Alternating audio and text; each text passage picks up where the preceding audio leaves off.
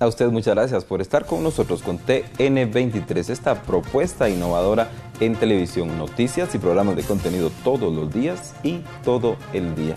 Ahora les saludo a nombre de un completo equipo de comunicadores sociales que hacemos posible esta transmisión continua de TN23. Y también le doy la bienvenida a esta franja de todos los días, media hora de análisis de temas de interés para los guatemaltecos. Y esta vez, después de las fiestas de fin de año, pues los guatemaltecos nos enfrentamos con el tráfico, con el tránsito, como usted quiera llamarle. Este es creciente, mayor cantidad de vehículos, gasolina pues a precios bajos y cada vez entonces más dificultades en el centro del departamento de Guatemala, en el área metropolitana. Pero ¿qué podemos esperar para los siguientes meses, para los siguientes años ante esta situación?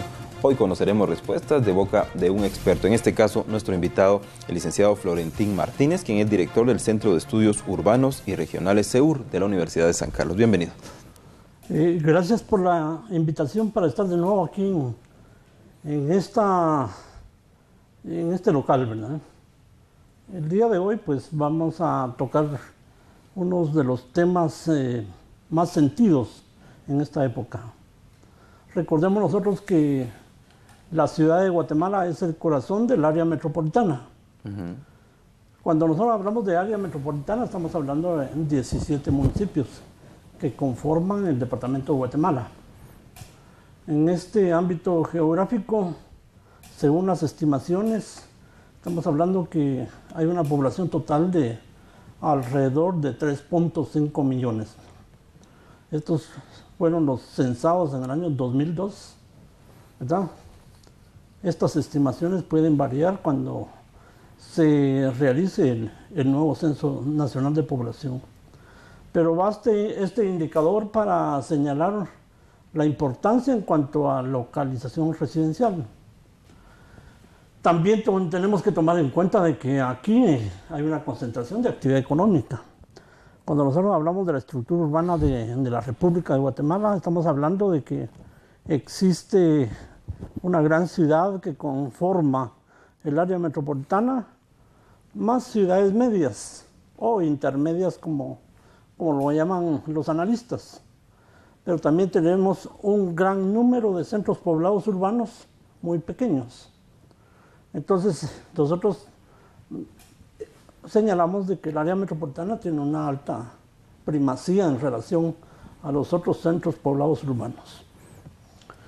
Entonces, sabiendo que este es el corazón, diríamos, el corazón de la actividad económica en cuanto a comercio y servicios, aquí hay muy poca agricultura, aunque en algunos municipios sí lo hay. Hay muy pocas actividades industriales por las propias características del país. Y como dijimos al principio, aquí radica un porcentaje importante de la población. Eso hace que la población necesite ciertas condiciones, ¿verdad?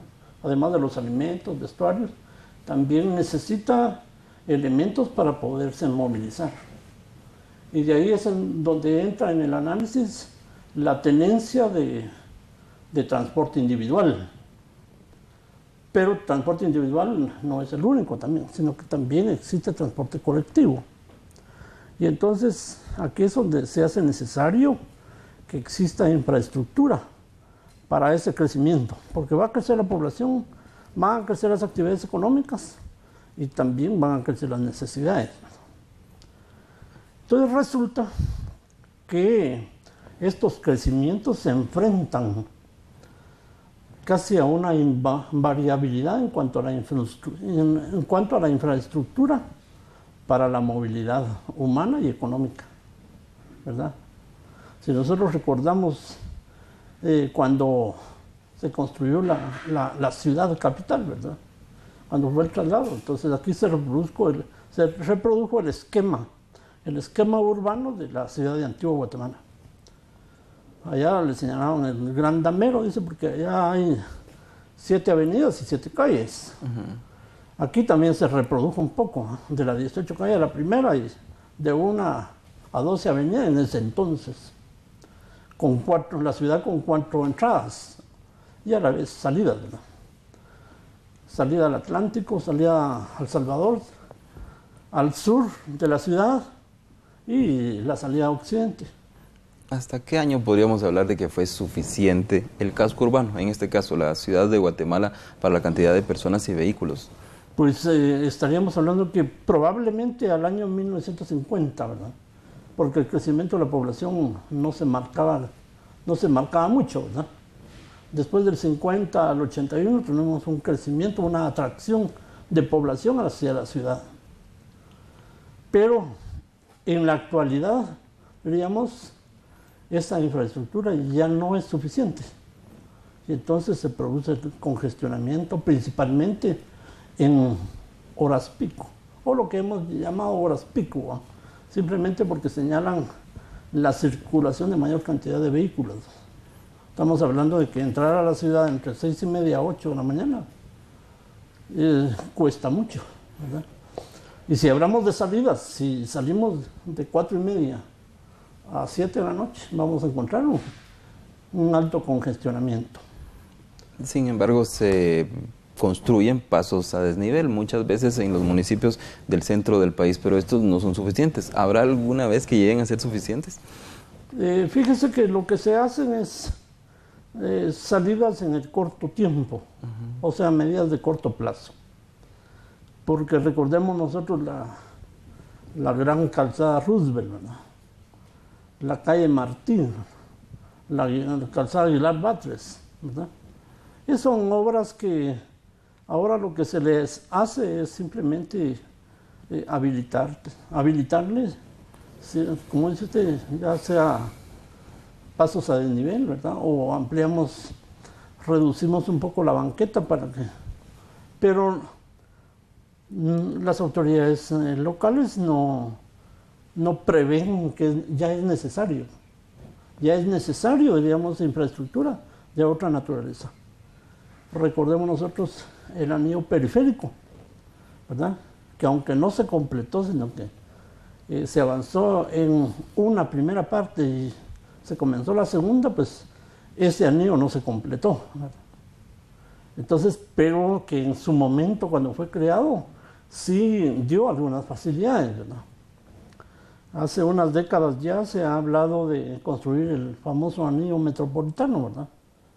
O sea, digamos, esto uniría a varios municipios primero para disminuir el paso de transporte de carga por el centro de la ciudad o en el anillo periférico, ¿verdad? Pero que, bueno, no se ha impulsado por diferentes motivos. Pero lo que queda en el tintero es de que es necesario ya tener otro tipo de ideas, ¿verdad? En algunos casos, en otros países se ha llegado incluso hasta la expropiación, ¿verdad? Porque es necesario habilitar nuevos accesos. A partir de 1950, que usted nos menciona que es cuando empezó a crecer la ciudad, de ese momento hacia acá, ¿ha habido algún alcalde que haya sentado las bases para una verdadera infraestructura vial? Yo recuerdo el esfuerzo que hizo Manuel Colom Argueta, ¿verdad? Y que lo culminó Leonel Ponciano León, ¿verdad? Que es la obra del anillo periférico, ¿verdad? Después no encuentro yo en los datos, pues, alguien que se haya esforzado por otro tipo de infraestructura vial, ¿no? Se ha hablado de trazar o construir puentes para habilitar el paso por algunos barrancos, ¿verdad? Pero tal vez el último fue el puente del Naranjo, ¿verdad? Que habilitó toda esa zona del Naranjo, naturalmente. ¿Qué dificultad representa el que los alcaldes sean de muy distintos partidos políticos en todos los municipios del centro del país, que no se comunican prácticamente? Bueno, ahí hay varios aspectos que es necesario tomar en cuenta, ¿verdad? Primero es incluso está establecido de que se debe de crear el Distrito Central, ¿verdad? El Distrito Central como una institución que no rompe con la autonomía, sino que simplemente es una oportunidad de ponerse de acuerdo en obras que satisfacen las necesidades en jurisdicciones diferentes. Pero usted sabe que se necesita que existan representantes del mismo partido, porque si no, están los celos políticos, ¿verdad? Y otro elemento importante es de que muchas veces el gobierno central pertenece a un partido político y el que hace gobierno municipal pertenece a otro, y entonces están los celos políticos, ¿verdad? Entonces ese es un problema. Es un problema porque si nosotros hemos escuchado, ¿verdad? Por muchos años escuchamos al alcalde del municipio de Guatemala de que él vela por la satisfacción de las necesidades de la población del municipio, ¿verdad?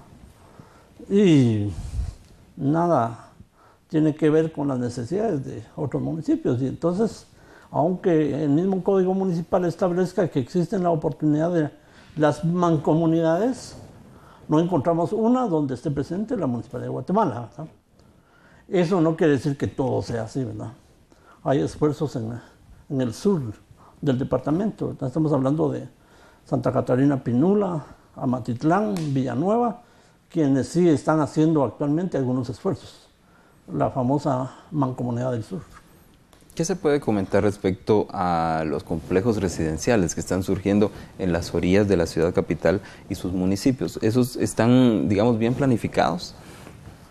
Fíjese que aquí tenemos varios problemas, ¿verdad? Porque bueno, hay un proceso de expansión de las ciudades. La población antes vivía en el centro de la ciudad de Guatemala, posteriormente se va a las zonas periféricas, digamos. Las zonas de mayor crecimiento ahorita son la zona 18, ¿verdad? Todas esas áreas que van hacia Mixco, Villanueva, ¿verdad? Entonces lo mismo pasa, hay poblaciones de la ciudad que antes eran de la ciudad de Guatemala, se trasladan a vivir a municipios adyacentes, ¿verdad? Pero la ocupación del territorio va a depender de los recursos que se posean o no, ¿verdad? Entonces hay familias que tienen ingresos que superan el promedio, entonces ellos ocupan las mejores tierras, ¿verdad?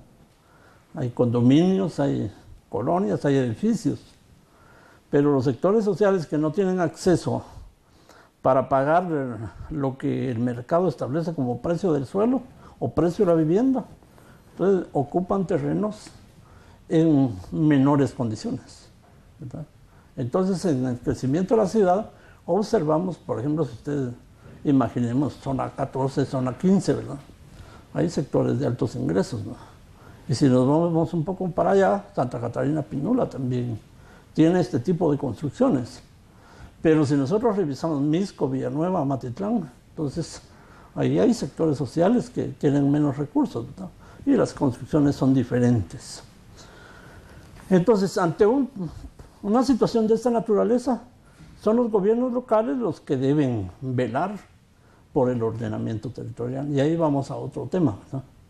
Porque de acuerdo al Código Municipal, las municipalidades tienen como función promover el ordenamiento territorial.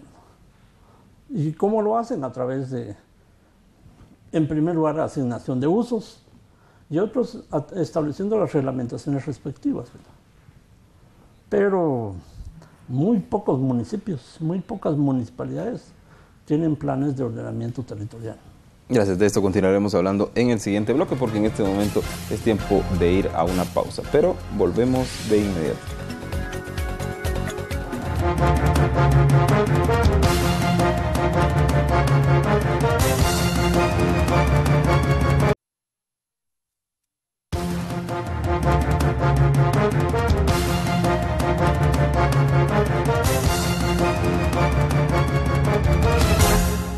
Gracias por continuar con nosotros en TN23 y en el rostro de la noticia, hablando hoy de un tema de interés general, el tránsito, el tráfico en las ciudades del centro del país. A usted seguramente ya le afectó en más de alguna hora del día, pero ¿por qué sucede esto? Y lo más importante, ¿qué ocurrirá durante los próximos años según los planificadores urbanos? Pues vamos a seguir conociendo con el licenciado Florentín Martínez, director del Centro de Estudios Urbanos y Regionales CEUR de la Universidad de San Carlos de Guatemala. Según entonces estos estudios que ustedes realizan periódicamente, ¿qué podría ocurrir en el centro del país, digamos, de aquí a 4 o 5 años, licenciado? Bueno, primeramente voy a intentar responder a lo que usted preguntaba al principio. Es ¿por qué sucede esto, verdad? Bueno, hay muchas muchas condicionantes, diríamos. Si hablamos del vehículo particular, yo creo que todos tienen derecho a adquirir su vehículo particular, ¿verdad?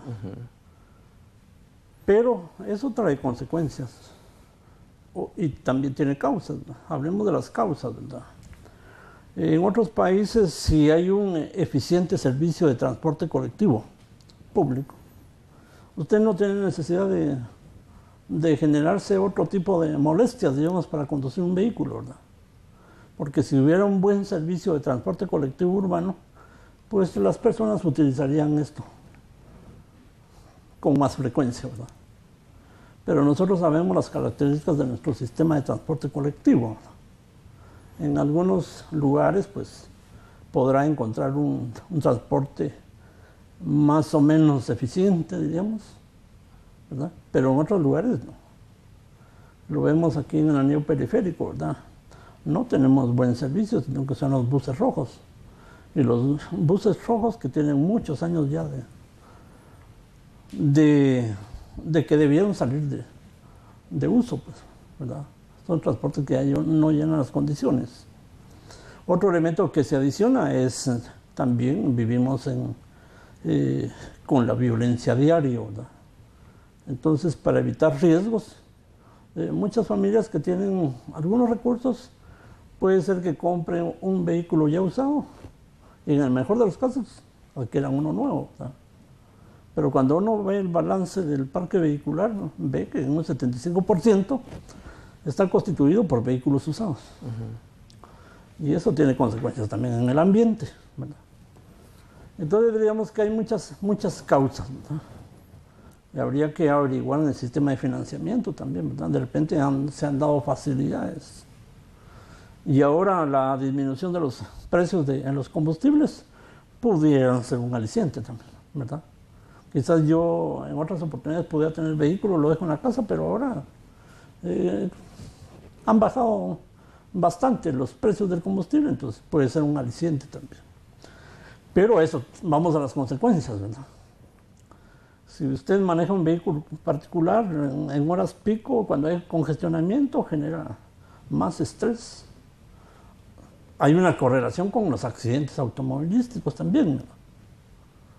Pero ante todo, diríamos, no habría problema si la movilidad fuera fluida. Pero nosotros ya lo hemos admitido que hay momentos en que el transitar por las principales avenidas o calzadas se hace muy difícil, ¿verdad? La Roosevelt, si usted no logra entrar o salir a las 4:30 de la tarde, va a encontrar ya a las 5 comienza el congestionamiento. Entonces, gasta usted más combustible, gasta aceites, se deprecia con mayor razón el vehículo y también el conductor se genera el estrés que lo puede llevar en algún momento a tener un accidente. Pero otra reflexión, diríamos, es que los sistemas económicos, la sociedad en sí misma, necesita que la ciudad funcione eficientemente, que sea funcional. Y una de las cosas, uno de los indicadores de que una ciudad es funcional es que la movilidad se haga en el menor tiempo. En estos momentos nosotros podemos decir que los trabajadores o los conductores mismos hacen mucho más tiempo para venir de sus hogares y para regresar a sus hogares. Yo hago una comparación, quizás es muy antojadiza, pero si yo vengo de Antigua a la ciudad capital y entro a las 5:30, pues estoy utilizando 45 minutos. Pero si yo regreso a partir de las 5 de la tarde, probablemente esté utilizando 2 horas o 2 horas y media. Entonces, ¿qué es lo que está pasando aquí? Que el trabajador o el propietario de un vehículo está utilizando tiempo que debió dedicárselo a la vida familiar. Posiblemente tomarse un descanso, ver una su película, platicar con la familia, etc. Entonces, esos costos están siendo asumidos por las familias. Y si nosotros nos vamos al sistema económico, entonces también eso se traduce en pérdidas o costos más altos. Entonces la ciudad en esos momentos se hace infuncional, ¿verdad? Y estamos en una sociedad donde lo que se busca es la renta, la ganancia, la diferencia entre ingresos y gastos. Entonces la ciudad está cobrando costos, ¿no? Ya sean asumidos por las familias o bien por el sistema económico. ¿Qué pasará entonces en el futuro inmediato? En el futuro no podemos detener el crecimiento de la población. Vamos a ser muy precavidos en decir que la población puede crecer entre 2.5 a 2.9, que sería un indicador alto. La población va a crecer y el sistema económico también se van a aperturar nuevas unidades económicas. Entonces en algún momento puede peligrar la circulación de todos los elementos que hemos dicho, la circulación de las personas y el movimiento de la actividad económica. Entonces, aunque en este momento no sea objeto de atención, algunas autoridades municipales o del gobierno central tendrán que actuar sobre ello, ¿no? ¿Qué se podría hacer? ¿Cuáles podrían ser las sugerencias? Creo yo de que aunque resulta demasiado oneroso o costoso, diríamos, hay que también eliminar esas barreras que existen, porque la ciudad está rodeada de barrancos, ¿verdad? Entonces, para aliviar un poco la circulación por otras vías, quizás la construcción de puentes, ¿verdad? Pensar en que el anillo metropolitano sea una realidad para aliviar un poco la circulación de los elementos que hemos dicho, ¿verdad? ¿Quién debe tomar las grandes decisiones? ¿A qué nivel? ¿A nivel Presidencia de la República, el Congreso, las municipalidades? Fíjese que como tenemos un ejemplo, ¿verdad? Las grandes carreteras atraviesan la ciudad de Guatemala, entonces deben hacer un esfuerzo conjunto, ¿verdad? Entre el gobierno central y los gobiernos locales o las municipalidades, ¿verdad? Sin omitir también el esfuerzo del sector privado, ¿verdad? Ya aquí en la Mancomunidad del Sur, pues hay una empresa privada que está habilitando nuevas vías, aunque se prevé que ellos van a cobrar un peaje, ¿verdad? Pero, como le digo, es un esfuerzo conjunto, ¿verdad? Entre el gobierno central y las municipalidades, porque a un gran obstáculo se necesita un gran esfuerzo, y ese gran esfuerzo también tiene que ser cubierto por aportaciones de las diferentes instancias. ¿Hay legislación al respecto? Bueno, es que quizás una legislación específica, ¿no? Esos esfuerzos son conjuntos, son probables porque usted sabe que hay un Ministerio de Comunicaciones, ¿no? Un Ministerio de Comunicaciones que tiene asignaciones, que más se ha dedicado, digamos, a cubrir necesidades del interior de la República, ¿verdad? Y las municipalidades, ¿verdad?, que por sí mismas tienen esa obligación, ¿verdad? Naturalmente que si usted me pregunta si en estos momentos eso es posible, probablemente que la respuesta sea que ahorita quizás no estamos en las mejores condiciones, ¿verdad?, por la información que tenemos del desfinanciamiento del Estado, ¿verdad?, en todas sus manifestaciones. Gracias. Tenemos un minuto para concluir sus consideraciones finales y qué nos espera a los guatemaltecos según el seguro. Fíjese que no quisiera no quisiera dejar de mencionar otro elemento, ¿verdad?, de que siendo el área metropolitana el gran núcleo de actividad económica, también es un atractivo para la población del interior, ¿verdad? Entonces, al parque vehicular, digamos, registrado en el departamento de Guatemala, se le suma también esa cantidad de trabajadores, de vehículos que constantemente están ingresando. Entonces, la recomendación por parte del Centro de Estudios Urbanos Regionales sería quizás retrotraer algo que ya se planteó en décadas anteriores, especialmente en el siglo pasado, ¿verdad?, de que se debe planificar para largo plazo, ¿verdad? para que no solo estemos tomando medidas paliativas o medidas de emergencia, ¿verdad? Gracias, licenciado, por estar con nosotros y darnos a conocer entonces algunas respuestas muy importantes de lo que nos ocurre a diario a los guatemaltecos estar en el tránsito, en el tráfico citadino. Pues hoy tuvimos entonces muchas respuestas importantes para que usted pues amplíe su criterio y pueda tener mejores opiniones al respecto. Ahora agradezco su sintonía, lo invito a quedarse aquí en TN23. Vienen noticias y vienen programas que también van a interesarle mucho.